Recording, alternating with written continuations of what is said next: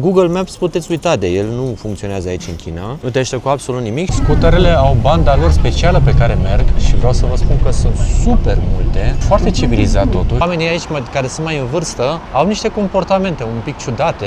Un domn mai în vârstă o cam agresat pe o doamnă mai în vârstă. Nu puteai să vii să ai un preparat specific local, Crossing the Bridge Noodles, care are și o istorie așa frumoasă, să nu mănânci așa ceva. Și nu mi se pare un preparat ciudat. Nu cred așa ceva. Cu porc. Deci noi practic am ajuns să mâncăm mâncare românească într-un restaurant chinezesc. Deci în China se mănâncă boiere și pe bani puțin, asta e de reținut. Sunt peste 26 de etnii aici, nu? Este cea mai bogată zonă în etnii și ne simțim din nou vedete în China, pentru că toată lumea se uită la noi ca la felul 14. Ca să vă dați seama cât de digitalizată e treaba aici, după ce te rogi, acolo poți să dai și o donație, scanezi QR codul și ai făcut donația. Templul ăsta, pe lângă faptul că e unul dintre cele mai importante temple budiste din toată provincia Yunnan, a devenit recunoscut în întreaga Asia. Dar, într-adevăr, în China au niște fructe pe care chiar nu le mai vezi nicăieri. Doamne, deci e incredibil locul ăsta. Și în niciun caz nu e China aia pe care ți-o imaginezi. Bună dimineața, oameni buni și frumoși, în orașul Kunming. Am venit și noi să ne luăm o cafea și să vedem cum ne descurcăm să comandăm. Mă bazez total pe Iasmin. Deci să spun cum am făcut. Am scanat codul ăsta, am intrat în Alipay, de fapt l-am scanat din Alipay. Și partea bună cu Alipay e că atunci când intri poți să dai translate la tot meniul și tu comanzi direct de aici, pentru că omul ăsta de când ne-a văzut, deci era șocat, efectiv, a zis, eu am crezut că e închisă cafeneaua, știi? Și acum e pe genul, dacă voi nu vă descurcați, nu o să vă luați cafea de aici, că eu nu știu cum să vă ajut. Și așa că navighezi aici meniul, e aproximativ 5 lei o cafea, adică inclusiv din astea cu dovleac, uite, super gad, așa, super good, probabil pumpkin și 5 lei. Am găsit și orange americano la 5 lei, adică matcha. Ce prețuri bune, foarte, incredibil. foarte bune. Da. Iar butonul aici, după ce scanezi, se numește aici Translate. Da. Bun. Deci ce ne luăm, că sunt prea ieftine. Primul contact cu cafeaua chinezească e unul chiar interesant, a fost 12 lei să avem două cafele. Deci, una mare, una mică, una simplă, latte și cealaltă pumpkin. Da, pumpkin e un pumpkin foarte interesant, are gust mai mult așa de dovleac, de gătit decât de dulce.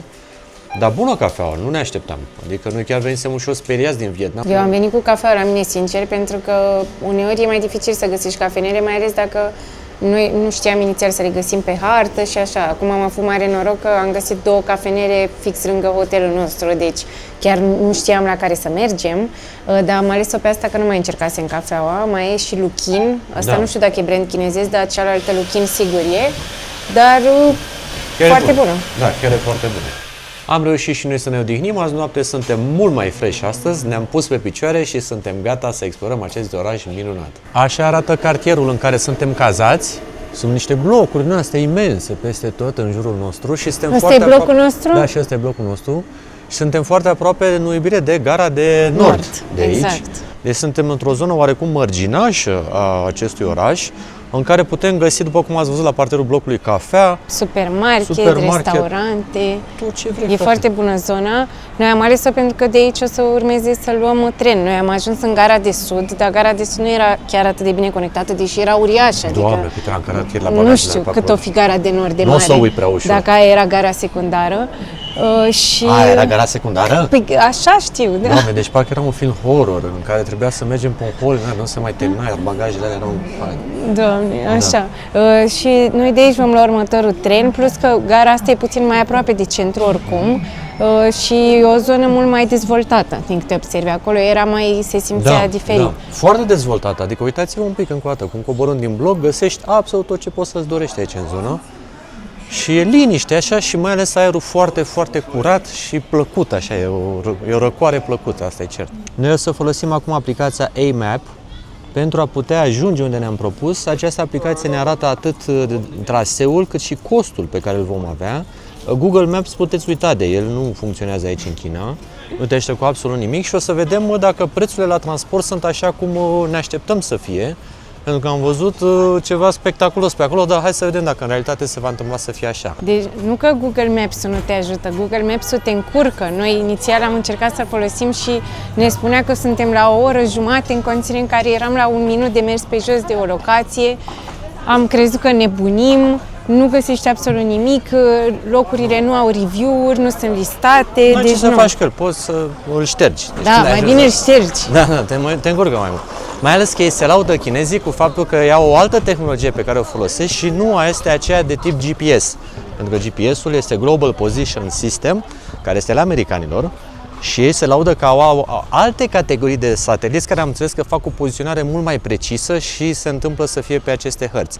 Atenție, acum suntem într-o intersecție unde toate mașinile din jurul nostru sunt electrice, nu se aude absolut nimic, cu excepția, aici se cam claxonează din ce aud în zare. Cred că e modul în care l-au împrumutat de la vietnamezi să se semnalizeze că sunt unii lângă alții. Cu excepția celor mici claxoane, totul este foarte liniștit. Nu, asta ne se pare spectaculos în China, că e multă liniște atât pe stradă cât și în trafic.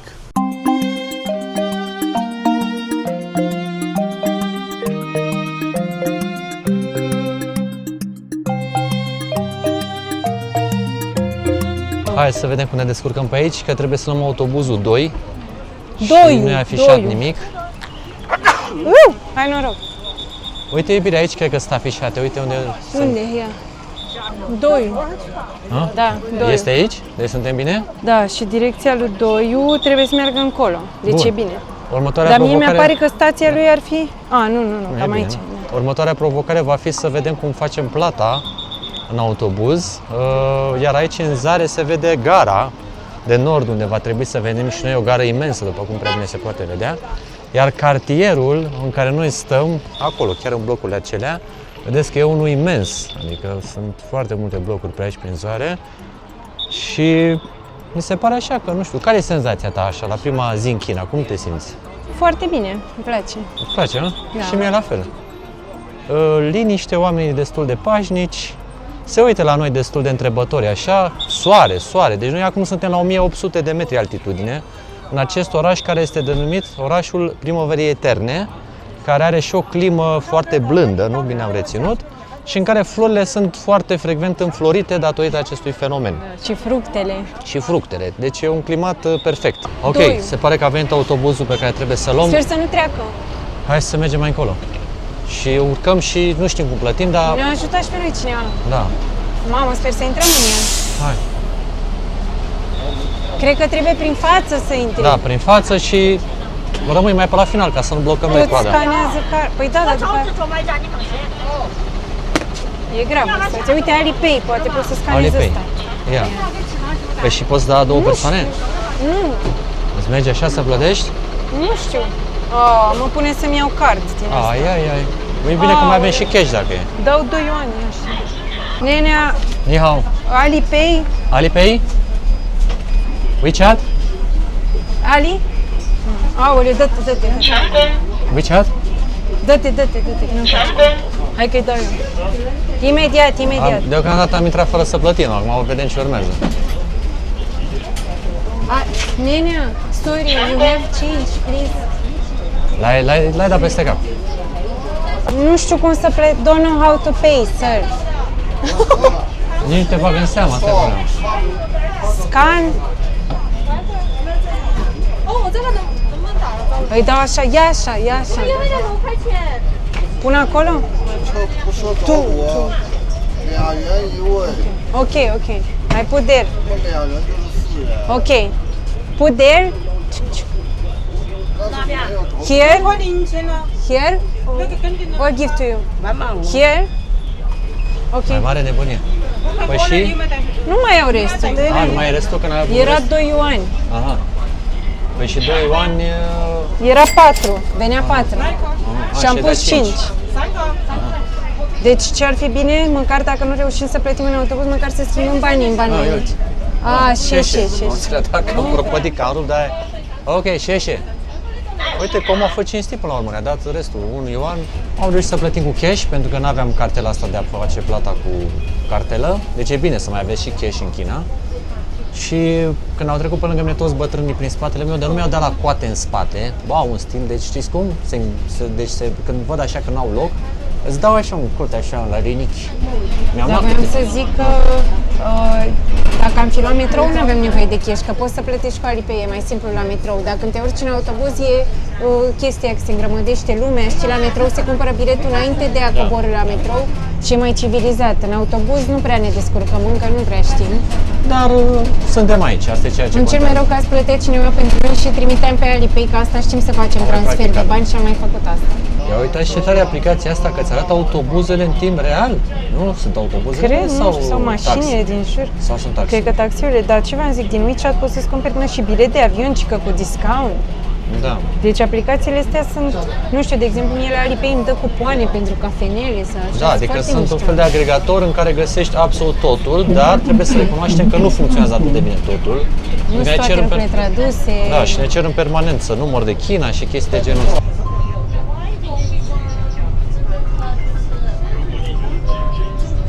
Doamne, ce frumos e orașul! Și așa Totul de e verde, florit. da. Wow, super, super! Hai să mergem către încolo. Hai să vedem că s-a înghesuit treaba destul de grea pe aici și nu știm cum o să mai coborâm. Uite ușor așa. Deci uitați cum scuterele au banda lor specială pe care merg și vreau să vă spun că sunt super multe. Nu știu acum să apucăm să le vedem la semafor, să le mai filmăm. Dar foarte civilizat totul și nu intră nicio mașină pe acolo. Hai că am făcut-o, gata, am reușit. Am făcut-o și pe asta cu autobuzul. Deci am prins și un scandal Da, da, în da. autobuz, de fapt o fel de bătaie. Da, o mică bătaie pentru că, v-am spus, oamenii aici care sunt mai în vârstă au niște comportamente un pic ciudate și un domn mai în vârstă o cam agresat pe o doamnă mai în vârstă.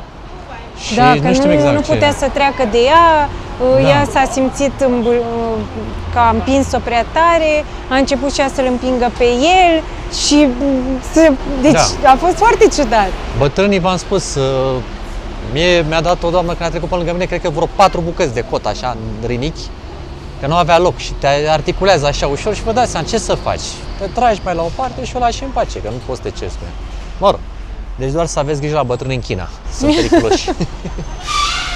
În altă ordine de idei, uitați-vă câte scutere din astea electrice, de fapt sunt biciclete mai mult, pe care le poți închiria.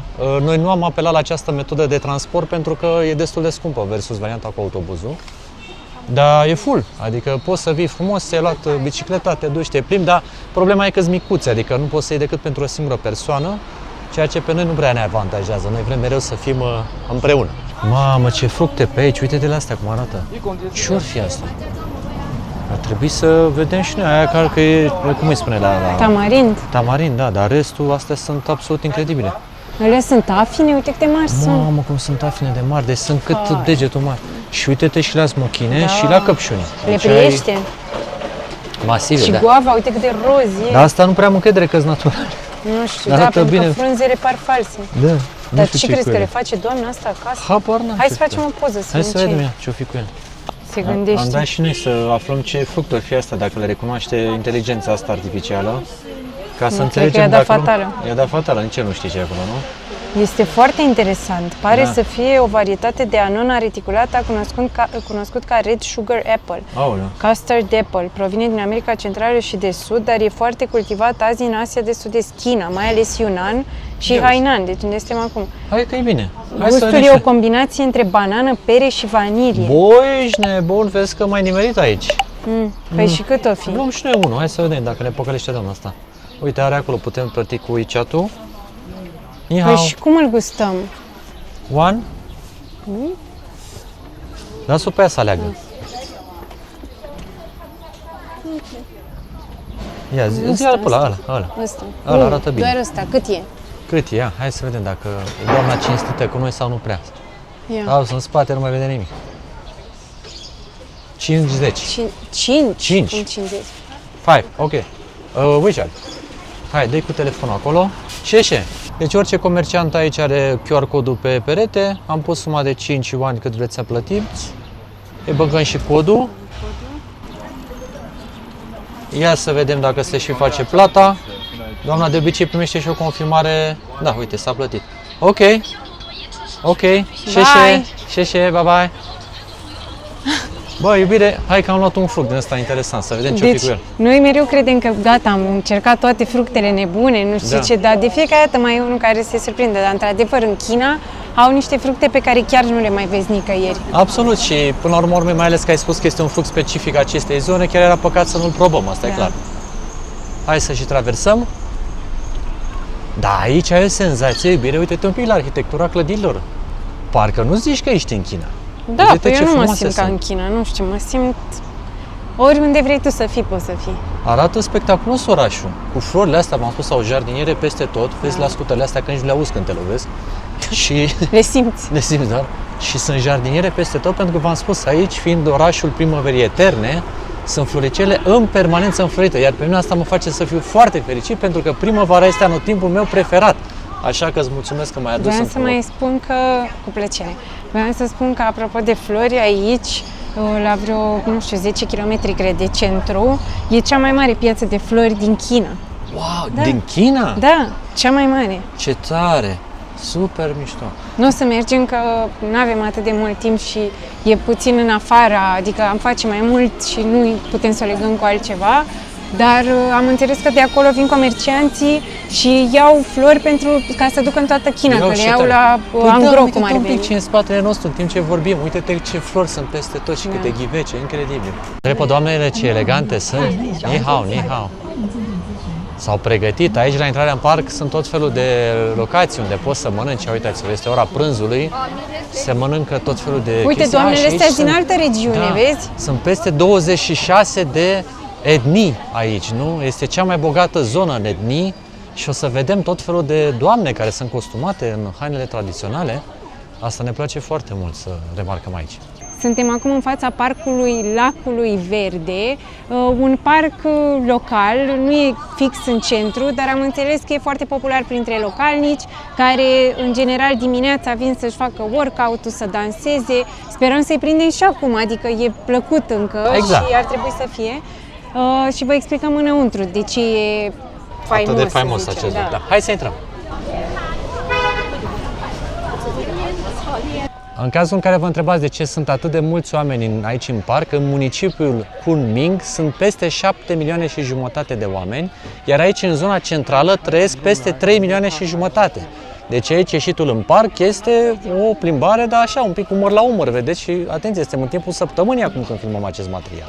Pe lacul din spatele nostru, care apropo se numește Lacul Verde sau Lacul de Smarald, o să vedem o grămadă de pescăruși care vin în perioada noiembrie-martie, când e iarnă grea în Siberia, vin din Siberia aici, unde, cum am spus, climatul e foarte temperat, e foarte plăcut. Pe lângă asta, lor le place să se adune aici, că am înțeles că localnicii îi hrănesc, așa că e o bucurie și pentru localnici și pentru pescăruși. Să admirăm aici în mediul lor natural, alături de aceste minunate floricele și bărcuțele care merg pe lac, deci poți să faci plimbare cu barca și să hrănești pescărușii care sunt aici la program de relaxare în timpul iernii. A, și uite, sunt și pescăruși, dar sunt și pești în lac, vezi? A, uite ce de pești sunt acolo. Mamă, dacă de mulți oameni sunt, deci au ce mânca pescărușii ăștia, uite-te în zare. Ai mai văzut atâția oameni la hrănit de păsărele?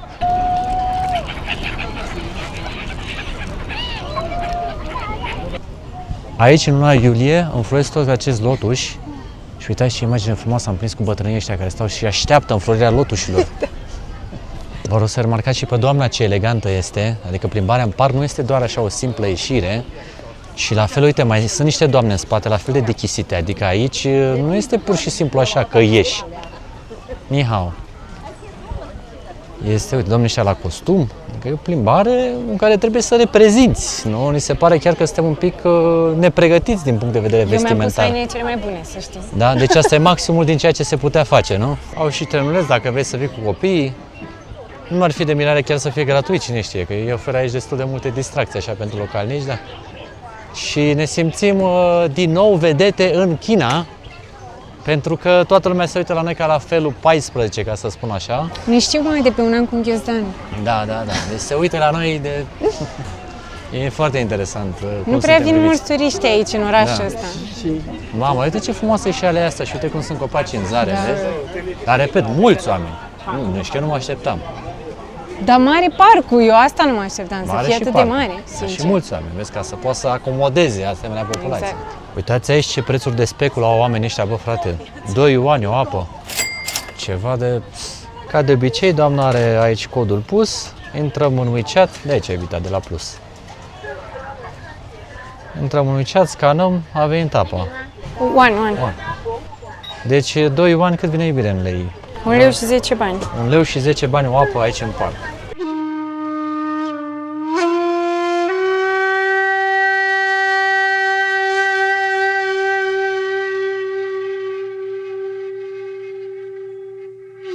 Acesta este templul Lotusului, care din câte se poate vedea a devenit și un spațiu comercial. Ei de obicei cam așa fac în China, am mai sesizat chestia asta, în care unde sunt temple și zonele acestea foarte religioase, le transformă în spații mixte, am putea spune. Da? Nu intrăm mai mult în profunzimea discuției, dar ați înțeles, adică nu se mai păstrează doar un templu.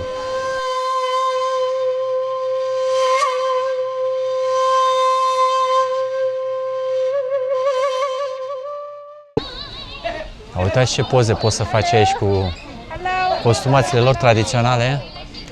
Ni hao. Ni hao, xie xie. Xie, ni hao. Ce frumoase sunt.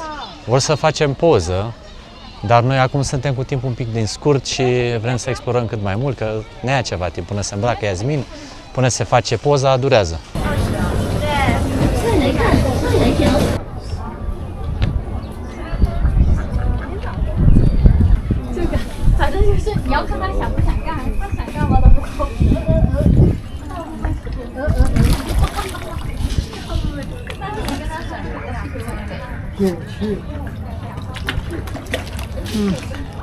Mamă, aveți pescarilor, ia uitați ce e aici. Dar vă dați seama că nu e voie să pescuiești și avem și o lebădă neagră care, uite iubire, vino să o vezi de aici, de aproape, e chiar la mal.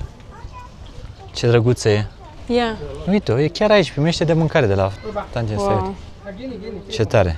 Deci e paradisul peștilor și lebelelor negre. Iar acum o să ajungem la o cascadă de trandafiri.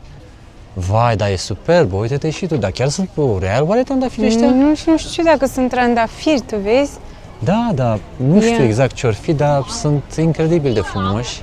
Nu cred că sunt reali, nu prea pare că sunt naturali, da, se vede la frunze, nu mai suntem așa de impresionați. Și am crezut că o să miroasă frumos, ăsta a fost primul semn, știi? Da, ar fi trebuit să miroasă într-un mare fel. Dar oricum, un loc spectaculos de-a dreptul. Dar păsările astea sunt reale? Da, astea sunt foarte reale, sunt niște gâște, pare. Care dorm, uite-te cum dorm Da. cu capul băgat. Da, stau liniștite aici. Măcar păsările sunt reale, deci... Vorbeam cu Iasmin că locul ăsta este absolut superb pentru că e atât de multă natură care este exact cum e primăvara, așa înverzită și miroase așa foarte proaspăt totul și chiar te relaxează fascinant de mult locul ăsta. Incredibil ce frumos e. Deci pare că nimic nu deranjează pe micuța rățușcă. Ea stă cu ochii deschiși, dar cred că de fapt doarme.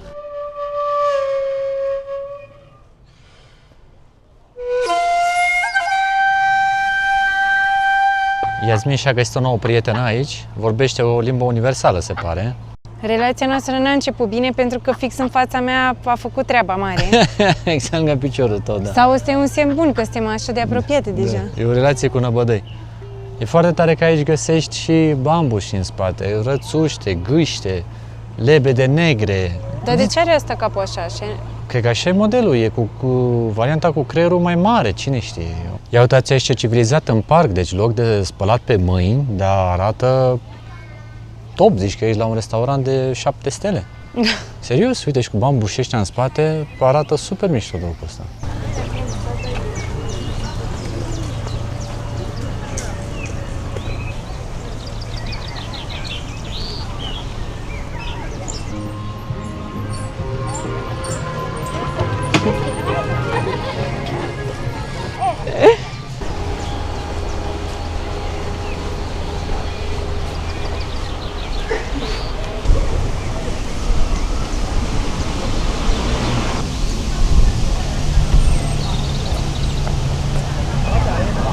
Am ieșit din parc și am început să ne plimbăm pe aici, pe străduțe, unde v-am spus, sentimentul este unul foarte interesant, cum arată toate clădirile astea și copacii ăștia așa înalți, parcă ești la munte, parcă ești, nu știu, cum te simți bine? Bine, suntem la 1800 de metri încă o dată, dar senzația este una foarte plăcută. Uite ce hortensia aici frumoase la restaurant, vrem să găsim ceva de mâncat acum.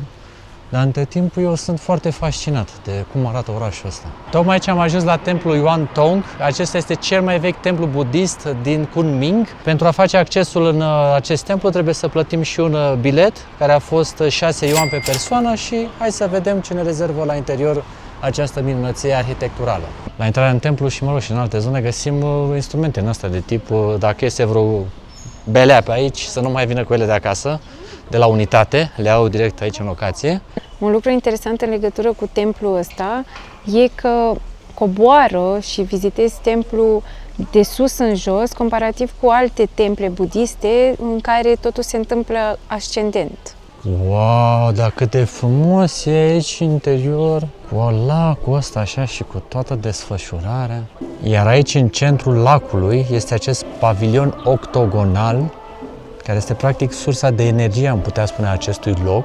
Mie spațiul ăsta și zona asta mi-amintește puțin și de orașul interzis, așa cum este totul, arhitectura. Templul ăsta, pe lângă faptul că e unul dintre cele mai importante temple budiste din toată provincia Yunnan, a devenit recunoscut în întreaga Asie de Sud-Est, când în 1956 a găzduit niște ceremonii de primire și de trimitere a unei relicve a dintelui lui Buddha. Ia uite, iubire, aici au și magnolie care stă să înflorească, deși suntem la final de an, ar fi trebuit să treacă cumva momentul înfloririi ei.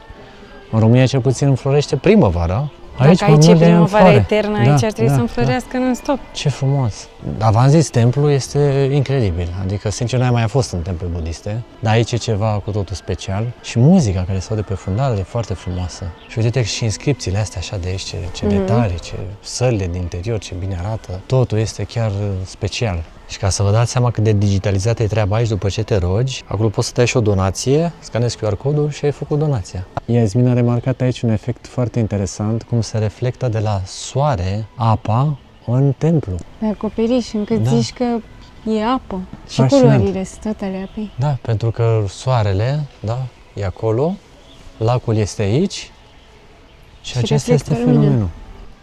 Absolut superb.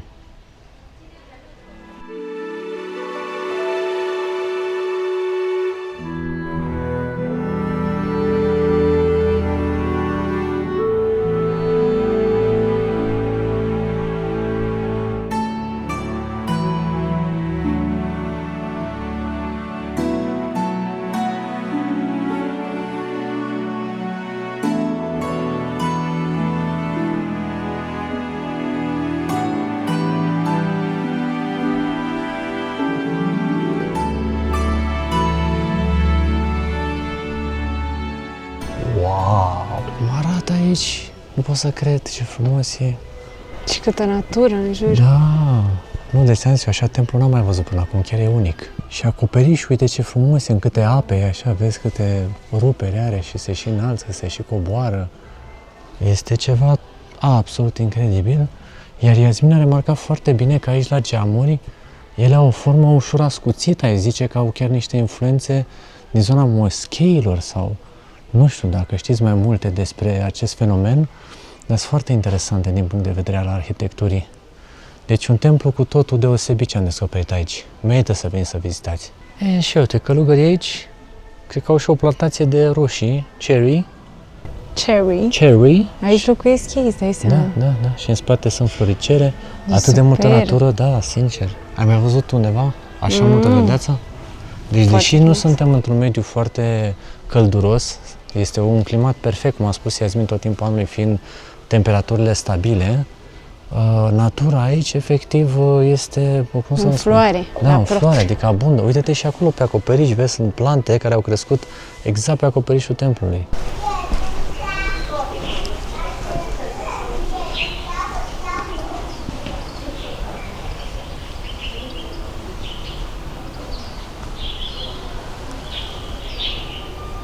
Deci nu știam de unde vine apa aici, se pare că din această rocă curge apă în acest bazin unde sunt și o grămadă de peștișori, iar călugării cred că încep să bată ca un fel de toacă, un fel de lemn așa care se aude în zare. Noi nu știm prea bine cam ce presupune ritualul, dar uite, vino să vedem că acum trece. Are ca un fel de toacă și bate așa ca într-un fel de lemn acolo într-un ritm. Se pregătește probabil de Rugăciunea de seară.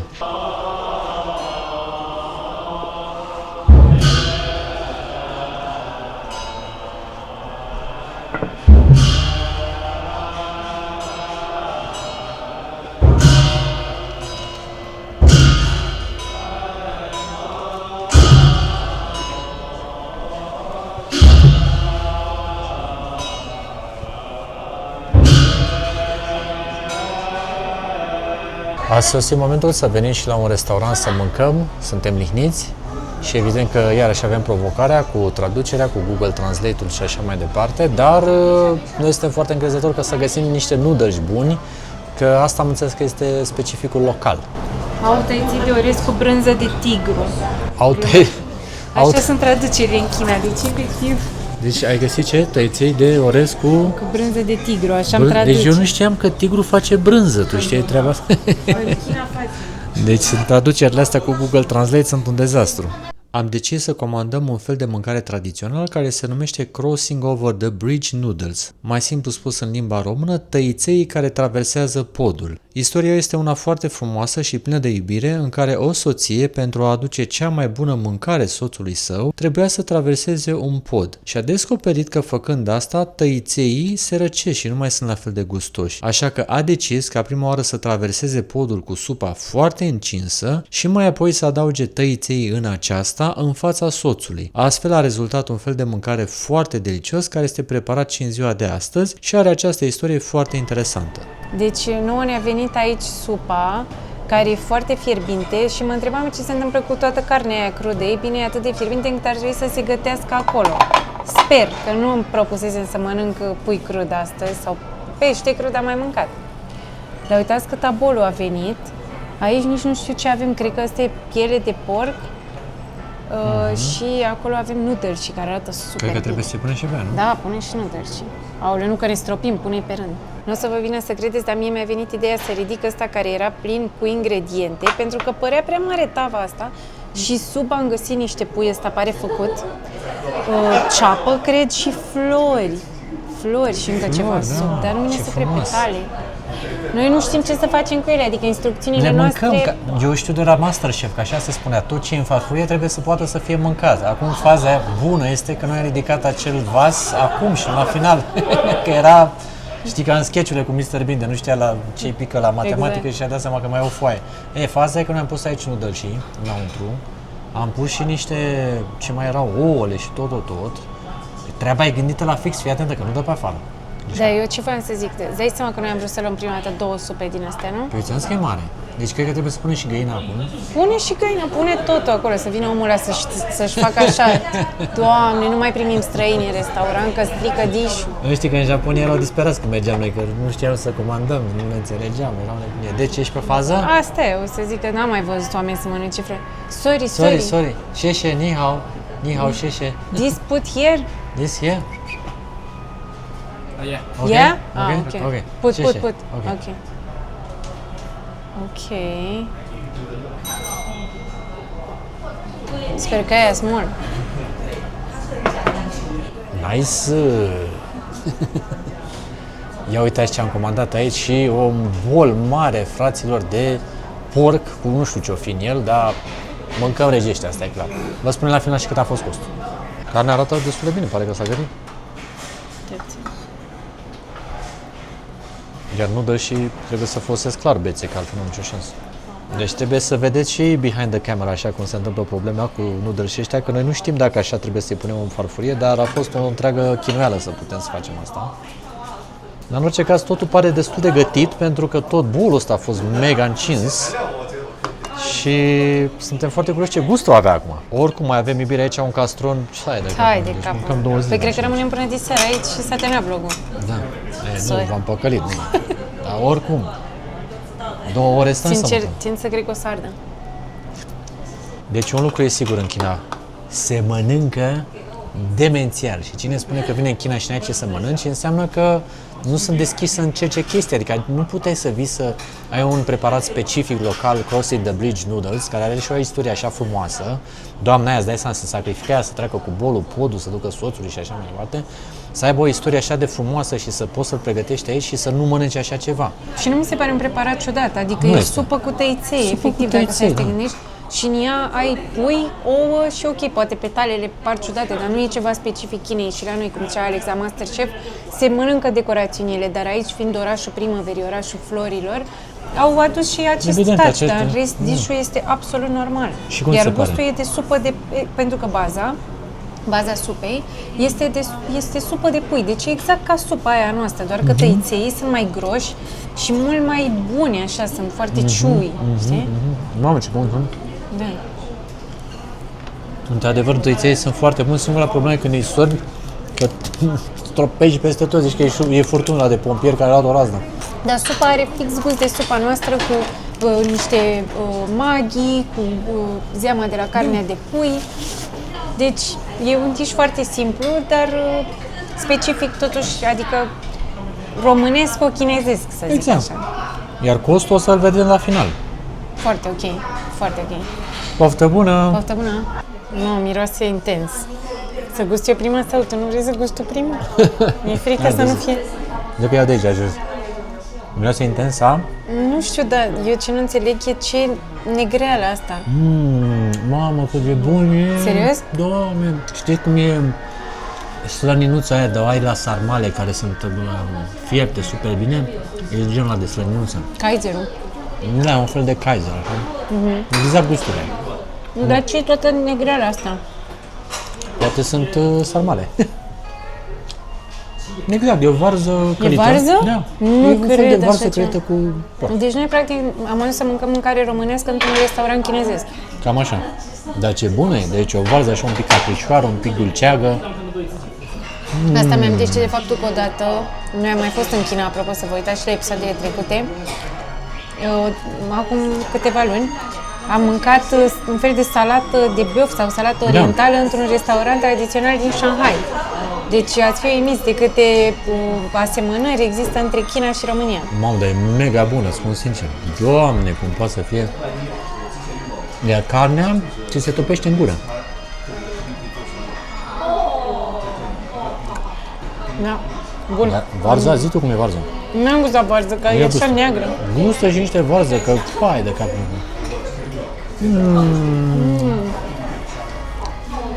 Dar pe varză făcută cu altceva românesc, cu ceva Roșii, de... cred că.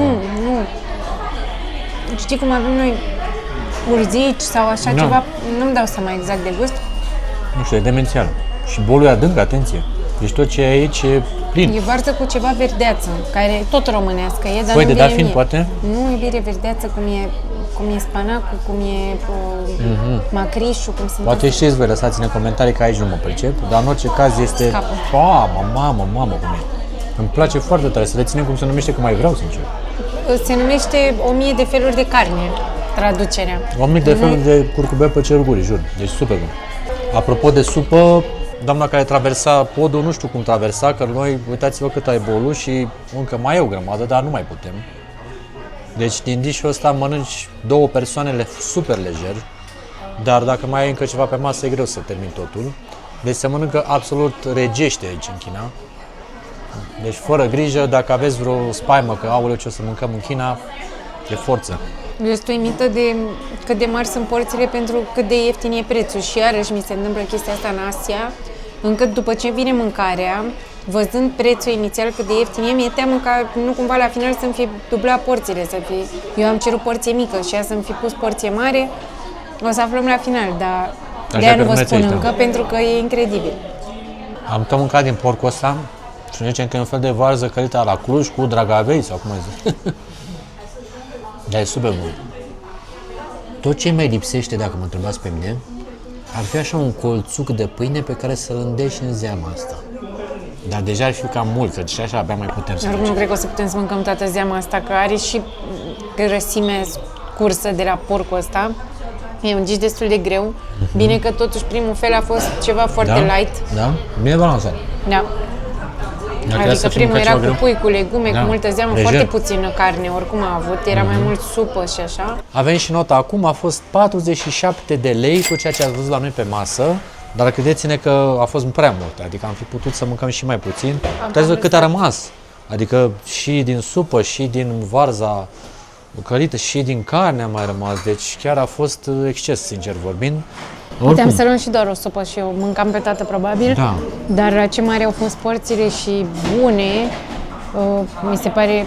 Da, chiar a Foarte meritat și bine, atenție, față. suntem într-un restaurant, da, deci n-am fost la fast food sau ceva de genul ăsta, am venit un restaurant Restaurant chiar, foarte da, renumit, să fim foarte și renumit. greșiți, da, deci un restaurant bine cotat. Da. Deci în China se mănâncă boierește pe bani puțini, asta e de reținut. Acestea cred că sunt bolurile originale, uitați-le ce vechi sunt expuse aici. Partea cea mai interesantă la aceste boluri este că sunt foarte groase și grele, adică să poată să păstreze supa aia atât de incandescentă. Dar sunt fix ca ale noastre, doar că astea îți dai seama cât de utilizate au fost. Da. Sunt identice, uite Da. că încă se mai vede modelul pe ăsta, e mai recent. Exact. Dar foarte interesant și istoric încă o dată. Ce am mâncat aici, am mâncat istorie pe pâine. Deci acum ne-am dat seama că noi puteam să vedem înainte toate preparatele. Asta e burtă, cred, de vită sau ceva. Asta voiam noi să comandăm prima dată, e pui întreg. Asta arată bine. Asta cam seamănă cu ce am comandat noi.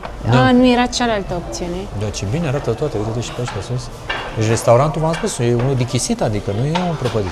Astea erau mulți genunchi sau, nu știu, ce încheieturi de porc, ceva de genul. Asta e Aia nu foarte știu bun. ce e. O Poate fi, gelatină. da, ceva gelatină. Uite aici bucățele de burtă cu ceva, vezi? O, Doamne. Ok, erau și lucruri ciudate. Erau, uite și aici restaurant. Erau și lucruri interesante, dar și lucruri normale. Absolut, da. Foarte, foarte mișto ce poți să mănânci. Ai multe variante, uite-te și tu. Oho, și nu s-a terminat. Astea sunt seturile, cum vin setele. Uite, cu noușor, cum am avut și noi. Vezi că, apropo, ai și virmuși aici. Da. Deci e cu virmișori, dacă vrei să mănânci ceva așa, să... Bine că nu l-am comandat pe ăla, dar noi nu știu, poate și noi am avut viermișori. Dar nu știm, să nu avem la stomac după aia. Nu că asta e ideea, că mănâncă viermii din stomac. Exact, vezi că aici ai și copite, uite, copite gelatinoase. Trebuie să încercăm și așa ceva. Rațe, pui agățați, da, deci de toate. Restaurantul încă o dată, top, adică a nimerit-o Iasmin aici foarte, foarte tare și foarte aproape de templul pe care l-ați văzut mai devreme. Uite și aici la intrare, vezi, la fel, ai bolurile expuse. Noi când am intrat n-am știut despre ce e vorba, acum știm. Aoleu, că dacă vedeam noi premiile astea când am intrat în restaurant, nu știu dacă mai intram, că ziceam că mamă, ce scântec Ce să fie scump aici. e, da? mie mi-a fost teamă, sincer, la început, că știam că e foarte celebru. Uite, 100 cele mai bune restaurante din toată provincia, Ok, plus alte premii pe care nu le cunoaștem, dar cred că e de bine. da, un restaurant, cum zis, absolut premium. Și experiența, și mâncarea, și gusturile. Mi-a plăcut. Mersi, bine că m-am dus aici. Plăcere! Big like.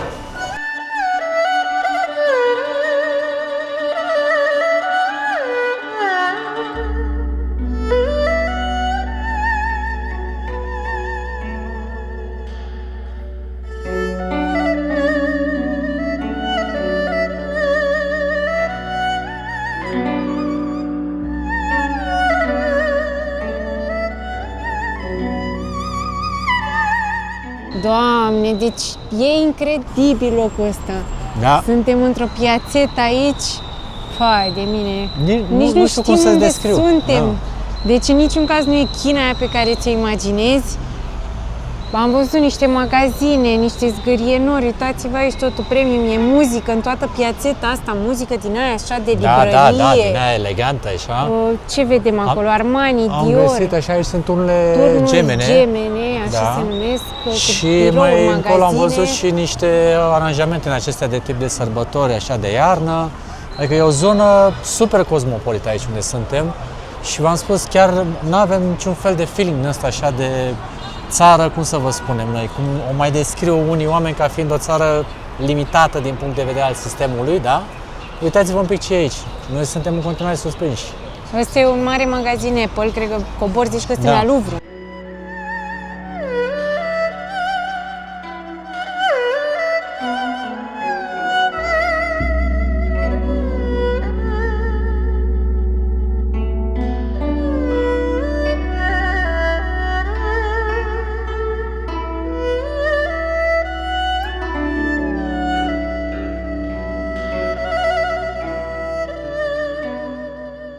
Cele mai ciudate scări sunt transparente și ai senzația că mergi în gol. Ia uite ce mișto Hai. arată.